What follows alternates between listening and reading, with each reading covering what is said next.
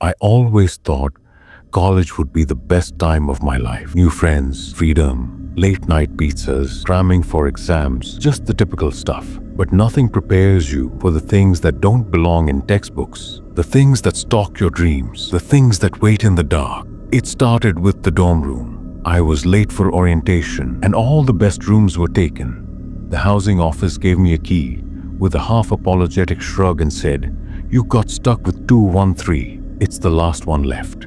I didn't ask why. Room 213 was at the far end of the east wing, a part of the building that didn't seem as well maintained as the rest. The hallway lights flickered constantly, and the paint was peeling off in strips. But I didn't care. I was just happy to have a room of my own. The door creaked when I opened it.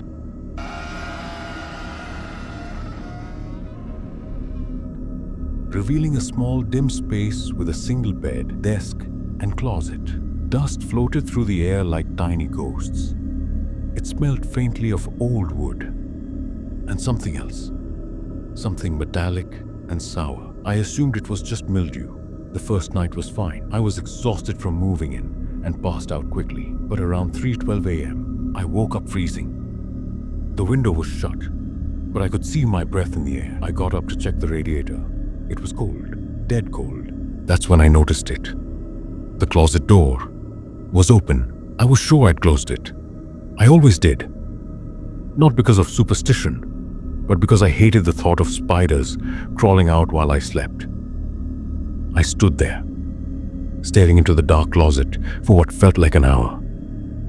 Nothing moved. Eventually, I shut it, told myself I was being paranoid, and went back to bed. The next night, it happened again. Same time, same cold, same open closet. This time I left it open. I wanted to prove to myself there was nothing there. At exactly 3:12 a.m., the temperature dropped again. My eyes shot open. I didn't even need to look at the clock. I could feel it, and then the scratching started. It was faint at first, like nails on fabric. I sat up, my ears straining. The sound was coming from inside the closet.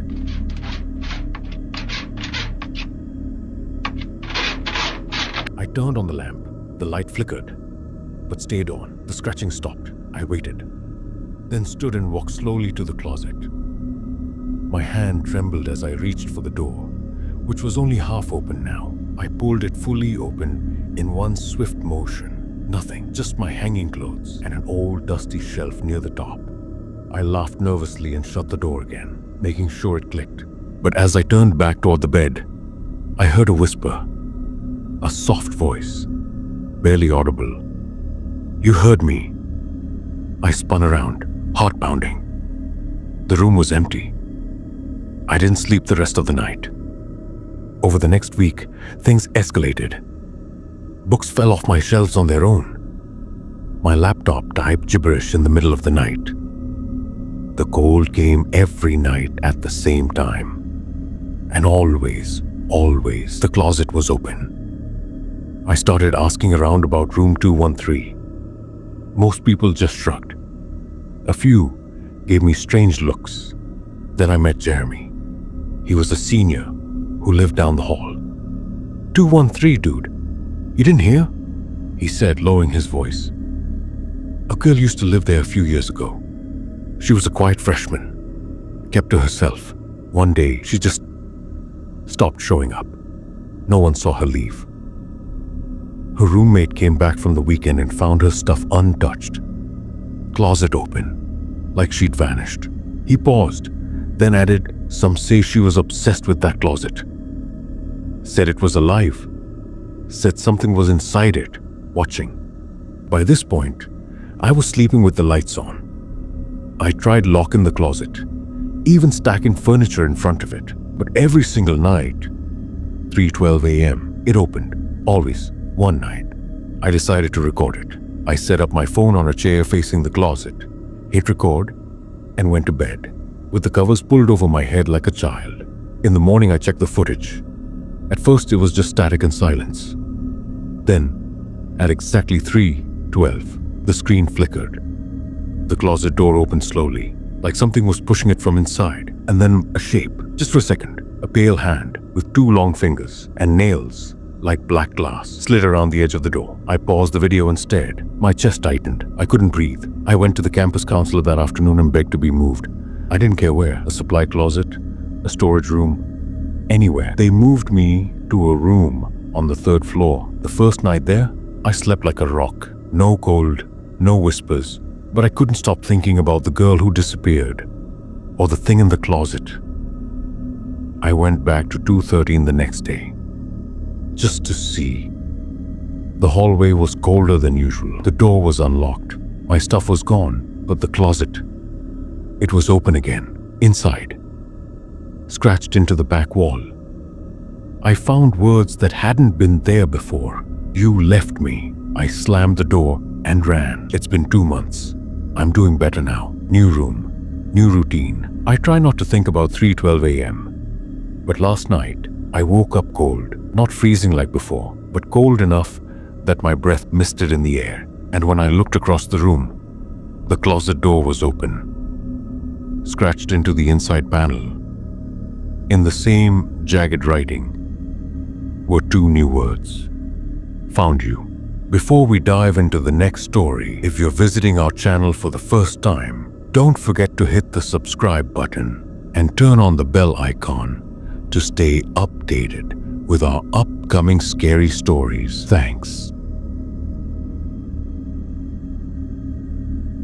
I never believed in ghosts, not until I moved into Grayson Hall. The dorm was ancient, one of the oldest buildings on campus, with creaking floorboards and windows that rattled in the wind. My roommate Jake had warned me about the rumors, whispers of students disappearing decades ago, of a vengeful spirit that haunted the 4th floor. I laughed it off. Ghost stories were for kids, and I was here to study, not get spooked by campus legends. But then the knocking started. It was always 3 sharp raps against our door. Tap, tap, tap, sometime between midnight and 3 a.m. The first time it happened, Jake and I both froze, staring at each other in the dim glow of our desk lamps. "Did you hear that?" he whispered. "Yeah," I said, forcing a laugh. Probably just some drunk asshole. But when I yanked the door open, the hallway was empty. The knocking came again, the next night, and the next. By the end of the week, Jake was sleeping with headphones in, but I couldn't ignore it. There was something deliberate about those 3 knocks, like a demand, not a prank. Then one night, I heard a voice, a whisper, so faint I almost missed it, seeping through the crack under the door.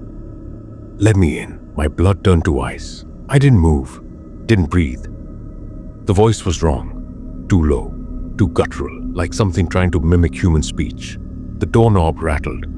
I bolted upright, my heart hammering. The lock was engaged, but the knob twisted back and forth, like someone was testing it. Then, silence. I didn't sleep that night. The next morning, I went to the campus library, digging through old newspapers. It didn't take long to find it.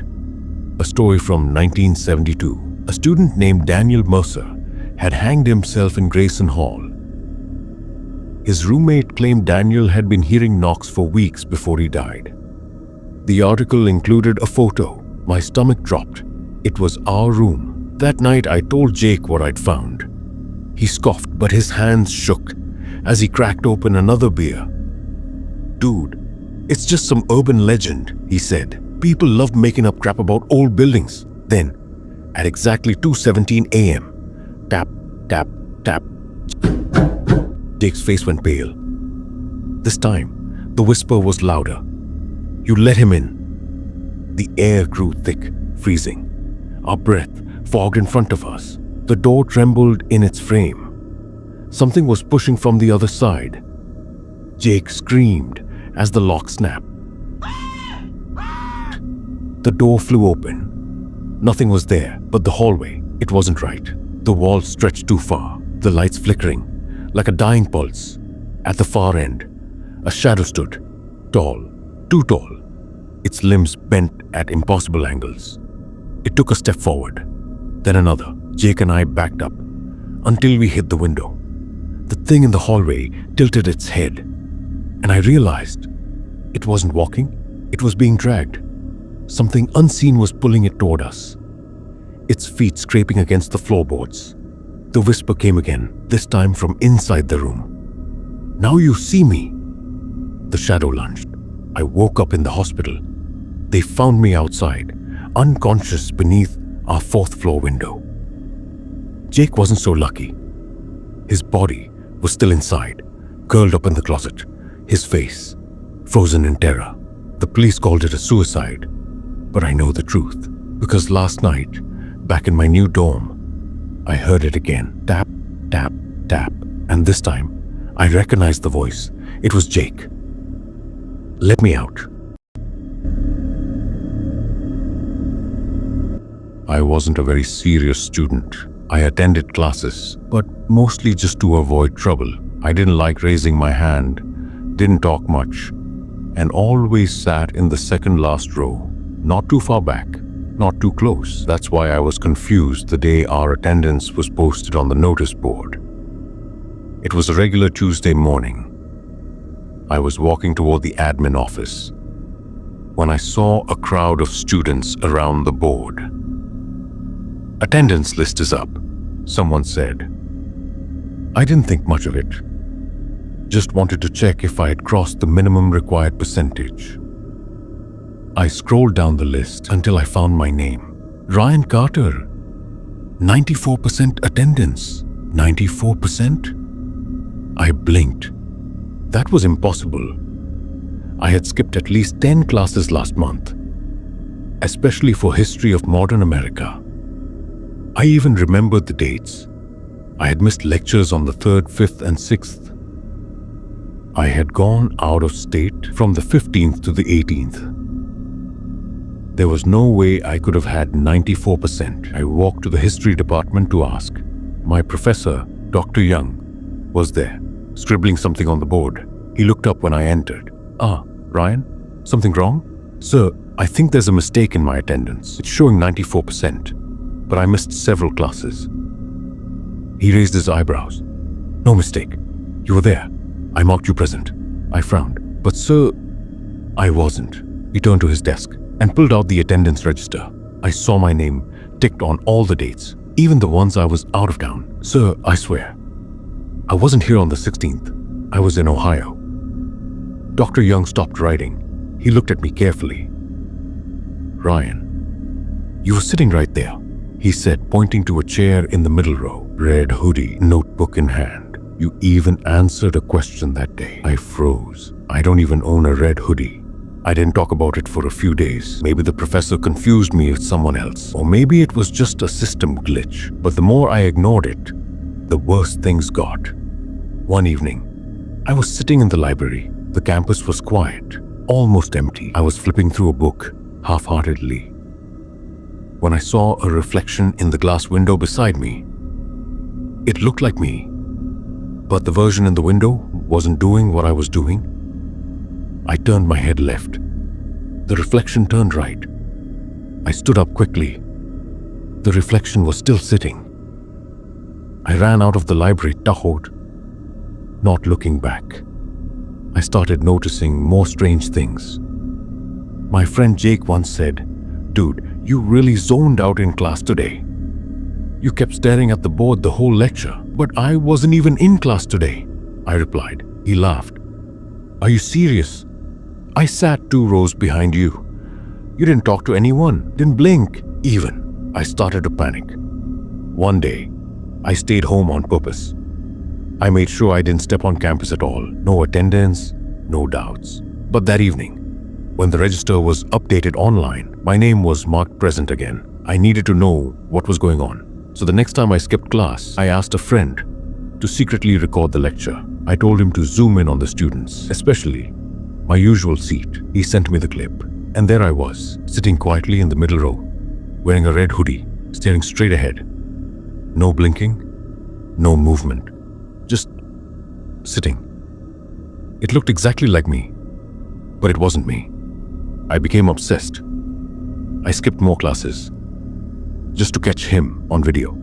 He was always there, always quiet, always staring at the board. I started losing sleep. I stopped eating properly. My head hurt all the time. Who was he? Why did he look like me? Why was he only in that one subject? And then I found something.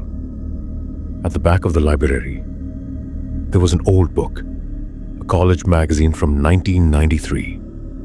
Inside it, I saw a photo of the debate team. One of the students looked exactly like me. Not similar. Exactly like me. Same face, same eyes, same nose. Below the photo, Derek Carter, winner intercollegiate debates. Carter, my last name. I took the magazine to the librarian. She smiled when she saw the photo.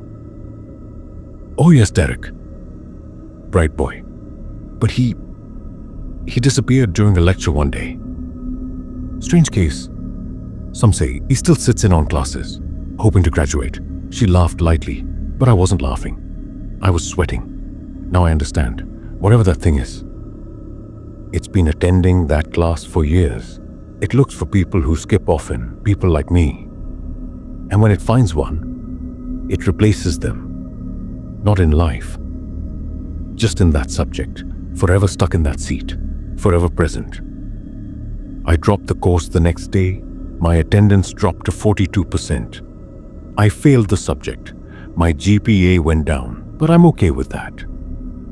Because when I walk past that classroom now and peek through the glass, I still see him. Sitting in my old seat, red hoodie, notebook in hand, never blinking.